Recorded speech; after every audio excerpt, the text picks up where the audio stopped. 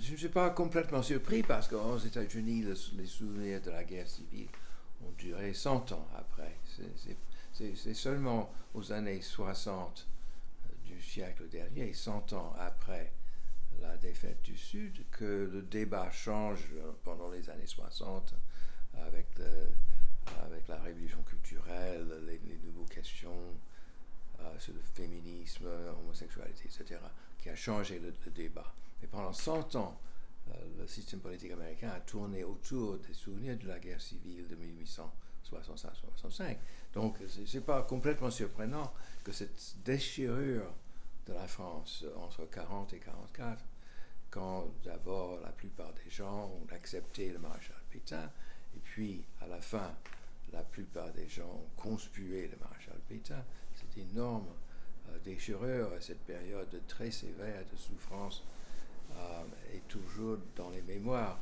Mais ça devient, après presque 50 ans, une mémoire sélective, un souvenir sélectif, pensant au maréchal Pétain comme un grand homme tragique qui a fait de son mieux dans une situation difficile et en oubliant ses défaites, les choses qu'il a dû avaler, le travail des jeunes Français en Allemagne, le rationnement, la disette, toute la honte de l'occupation. Pour des gens qui ne connaîtraient rien à l'occupation, qui n'auraient pas lu vos livres, qui seraient des gens de 15 ans, 20 ans aujourd'hui, qui entendent parler finalement pour la première fois de cette discussion, qui pour vous n'est certainement pas nouvelle, qui a été l'histoire de votre vie, d'une grande partie de votre vie et de vos livres, quand ils entendent quelqu'un comme ça dans une émission de grande audience ou d'audience importante, qui dit « Pétain a sauvé des Juifs », qui dit « Pétain était un bouclier », quelles sont les réponses, vous, que vous faites très clairement sur ce qu'était le régime de Vichy, les quelques points importants à savoir sur ce qu'était ce régime dans son attitude par rapport à la collaboration et son attitude dans la déportation des Juifs? Bon, je crois qu'il faut... le point de départ, c'est que la France a subi l'occupation d'une façon unique. La France est le seul pays occupé par les Allemands, ou occupé en partie par les Allemands, où un gouvernement semi-autonome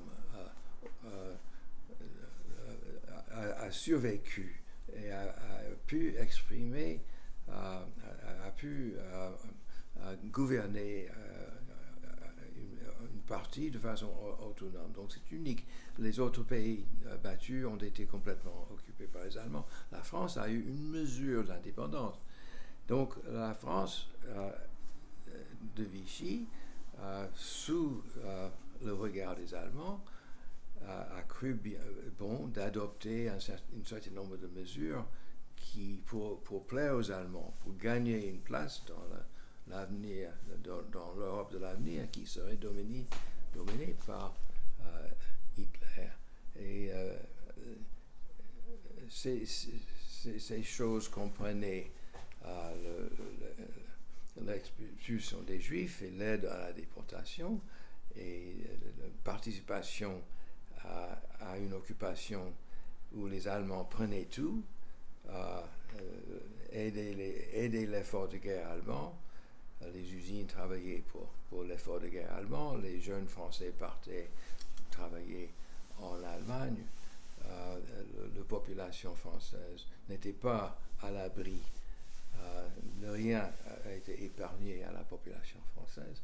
Donc, si on regarde bien les faits de l'occupation, on ne peut pas croire que Pétain a vraiment réussi à gagner quelque chose.